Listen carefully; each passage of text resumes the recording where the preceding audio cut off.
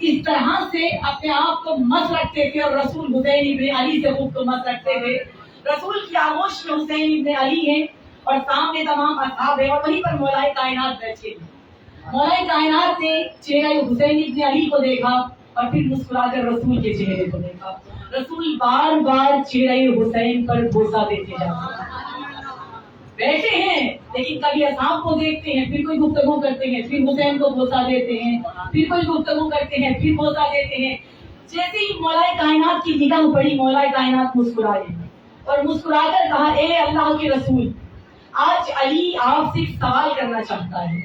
رسول نے کہا, علی پوچھو. کہا کہ اللہ کے رسول یہ بتائیے, آپ کو مجھ میں اور حسین میں پیارا کون ہے؟ کتنا بوسہ لے رہے ہیں حسین کا, اور کہاں علی کا ہاتھ بلند کر آیا غدیر پڑھ رہے ہوتے ہیں, کہاں علی کو سینے سے لگا رہے ہوتے ہیں, کہاں علی کو مرد رسول کہہ رہے ہوتے ہیں, کہاں مرد غیر فرار کہہ رہے ہوتے ہیں, کہاں علی کو بلا بلا کر مدد کے لیے پکار رہے ہوتے ہیں, کہاں جہاں خیبر میں خیبر پتہ نہیں ہو رہا ہوتا تو بار بار یا علی کی صدائیں لگا رہے ہوتے ہیں. یا رسول اللہ بتائیے, مجھ سے زیادہ محبت ہے یا حسین سے زیادہ محبت ہے؟ اس سے پہلے کہ رسول جواب دیتے, امام حسین 4 یا 5 سال کے ہیں, کہا کہ بابا, نانا اس سے زیادہ محبت کرتے ہیں جس کی فضیلتیں زیادہ ہوں, جس کی فضیلتیں زیادہ ہوں گی. حسین بتانا کیا چاہتے ہیں کہ رسول کی نگاہ میں حسن صورت اہم نہیں ہے, رسول کی نگاہ میں حسن سیرت زیادہ اہم ہے. جس کی فضیلتیں زیادہ ہوں گی میرے نانا کی نگاہ میں وہ زیادہ افضل ہوگا, وہ زیادہ محبت کے قابل ہوگا. کہا کہ اچھا. رسول خدا مسکرائے کہ حسین اگر یہ بات ہے تو چلو تم اپنی فضیلتوں کو بیان کرو. امام حسین نے کہا, یہ ہے تہذیب آل محمد. امام حسین نے کیا کہا کہ نانا, میں بابا موجود ہوں اور اپنے بابا کی موجودگی میں پہل میں کر لوں.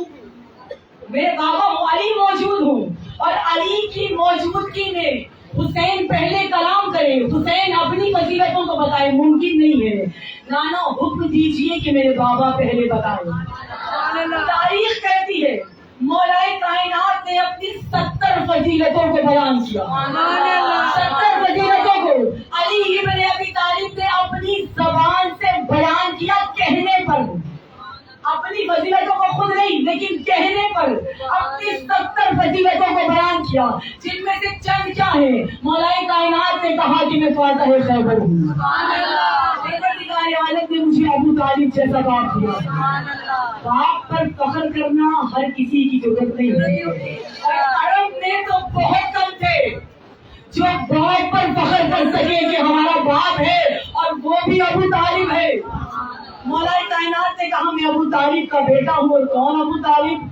وہ جو رسول اکرم کے نگہبان رہے ہیں, وہ جنہوں نے رسول اکرم کو پالا ہے, وہ جنہوں نے رسول اکرم کو اپنی آغوش میں رکھا ہے, وہ جن کا سایہ رسول اکرم پر ہمیشہ رہا ہے, وہ جس نے اپنے سینے کو رسول اکرم کے آگے پیش کیا ہے, وہ جس نے رسول پر کوئی زخم آنے نہیں دیا ہے, وہ جس نے رسول کی حفاظت کی ہے. میں اس ابو طالب کا بیٹا ہوں. میرے بابا کا نام ابو طالب ہے. میں رسول اکرم کا ابن عم ہوں, میں رسول کا چچا زاد ہوں. اپنی تاریخیں, اپنی فضیلتیں مولا کائنات بیان کر رہے ہیں. میرے لیے آسمان سے ذوالفقار کو اتارا گیا. ہر کسی کے لیے تلوار آسمان سے نہیں اتری, میرے لیے ذوالفقار کو اتارا گیا. میں ہی تو ہوں جسے عین اللہ کہا جاتا ہے. مجھے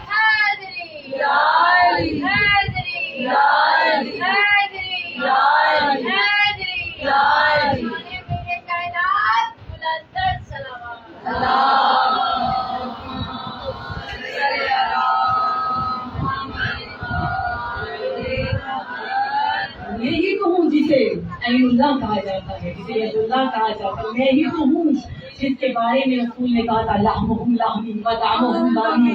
میرے بارے میں رسول نے کہا تھا میرا اور اس کا گوشت ایک ہے. کہ میں ہی تو ہوں کہ جس کی فضیلتیں اتنی زیادہ ہیں.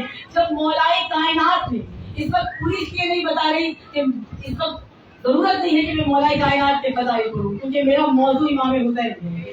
امام حسین نے اور رسول خدا نے سنا کہ مولائے کائنات نے اپنی کل کی کل فضیلتیں بتا دی، اور یہ سب فضیلتیں اصحاب کے سامنے بتائیں، اور تاریخ کہتی ہے کوئی ایک بھی فضیلت ایسی نہیں تھی کہ جس پر کسی صحابی نے کہا ہو کہ یہ علی کے اندر موجود ہے۔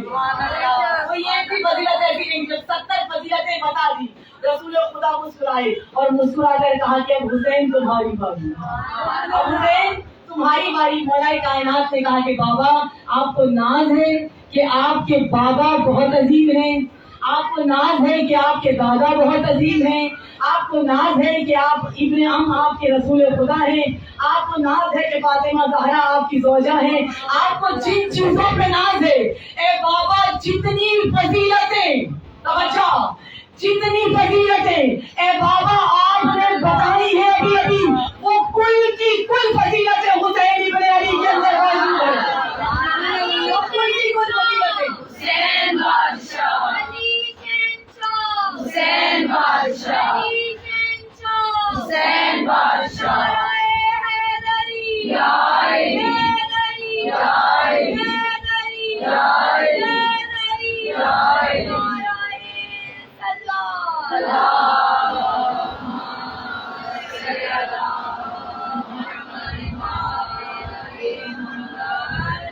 جتنی فضیلتیں آپ نے بتائی ہیں وہ سب مجھ میں ہے، کیسے؟ میں آپ کا فرزند نہیں ہوں، میں علی کا بیٹا ہوں۔ جتنی فضیلتیں آپ نے یہ سب کی سب حسین ابن علی میں ہیں۔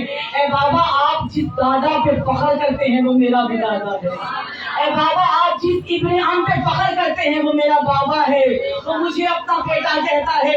آپ جس زوجہ پہ فخر کرتے ہیں وہ میری ماں ہے، آپ جس رسول پہ فخر کرتے ہیں وہ میرے نانا ہے، آپ جس ساس پہ فخر کرتے ہیں وہ میری نانی ہے، آپ جس ماں پہ فخر کرتے ہیں، آپ جس ماں پہ فخر کرتے ہیں وہ میری دادی ہے، آپ جس بابا پہ فخر کرتے ہیں وہ میرا دادا ہے، آپ جس پہ فخر کرتے ہیں ان سب کا تعلق حسین ابن علی سے ہے۔ لیکن بابا بتاؤں کچھ فضیلتیں ایسی ہیں جو مجھ میں ہے لیکن آپ میں نہیں ہے، جو مجھ حسین میں ہے لیکن آپ میں نہیں ہے۔ کون سی ہے؟ آپ کے بابا کعبے کے نگران ہے، آپ کے بابا کعبے کے نگران ہے اور میرے بابا کعبے کے سلطان ہے۔ آپ کے بابا یا علی، یا علی، یا علی،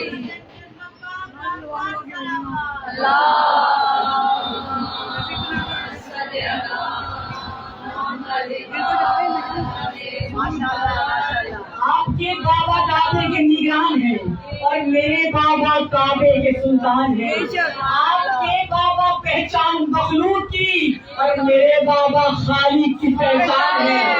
آپ کے بابا پہچان مخلوق کی اور میرے بابا خالق کی پہچان ہے۔ آپ کے بابا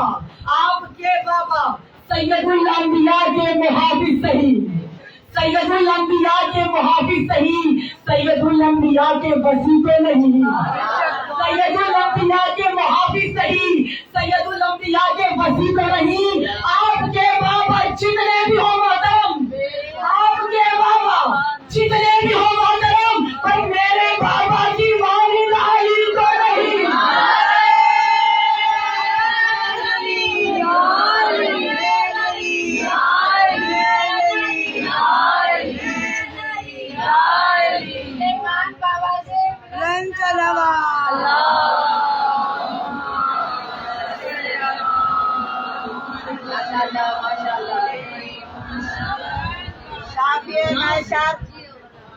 پاک گھرانے پر بلند سے بلند تر صلوات۔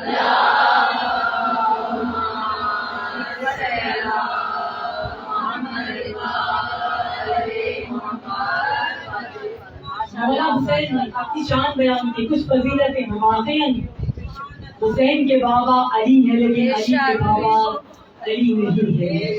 جو میرے پاس فضیلتیں ہیں، بعض فضیلتیں آپ کے پاس نہیں ہیں بابا۔ آپ کی ماں سیدۃ النساء العالمین نہیں ہے، میری ماں سیدۃ النساء العالمین ہے۔ آپ کی ماں کا ایک بیٹا ایمان ہے اور میری ماں کے دونوں بیٹے ایمان ہیں۔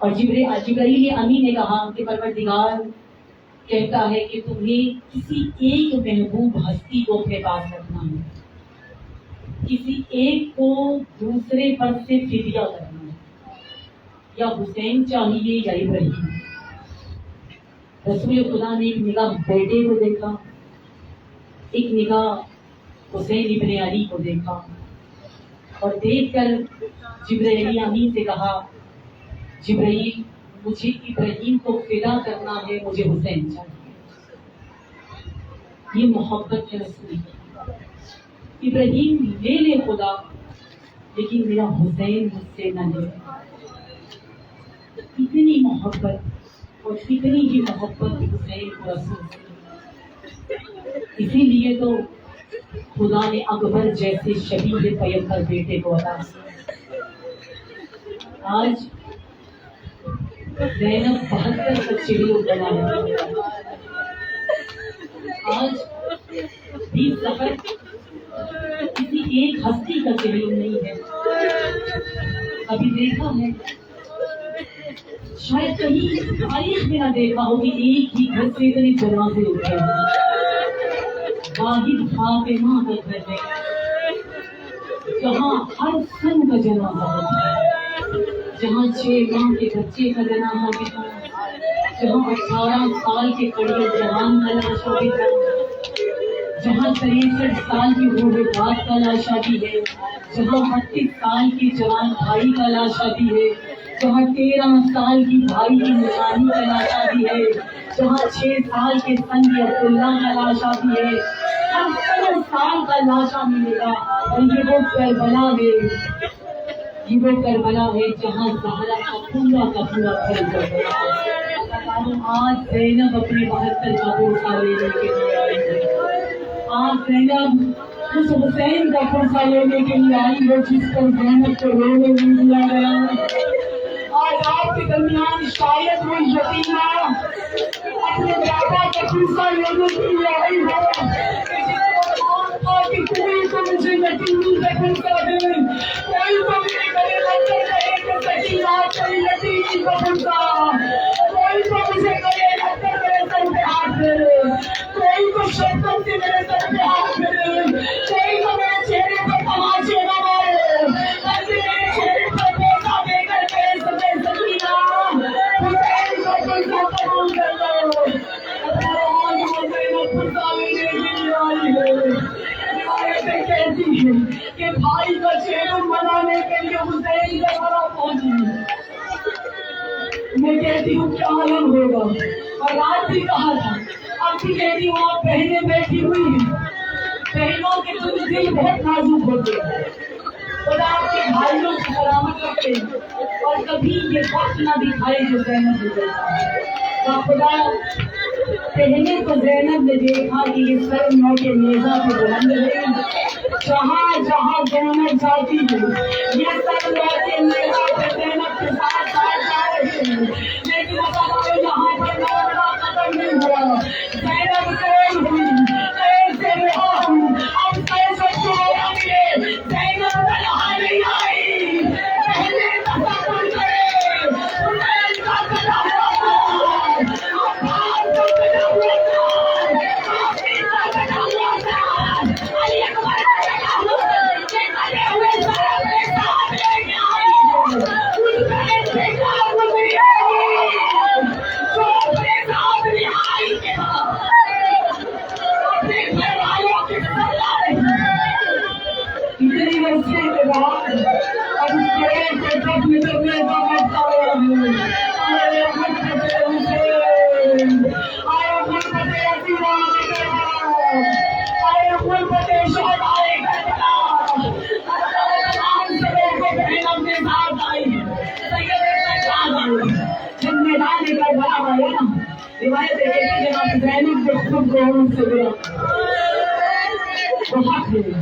خدا کی قسم آج جو پرسہ دینے کا حق ہے آپ کے پاس اندازے نہیں ہے، آپ کا شیعہ ہے نہیں ہے، آپ کا کوئی قادیانے پہ کھانے والا نہیں ہے، آپ کا کوئی حسین نام لے کر بیٹھنے والا نہیں ہے، آپ کا کوئی ملا کرنے والا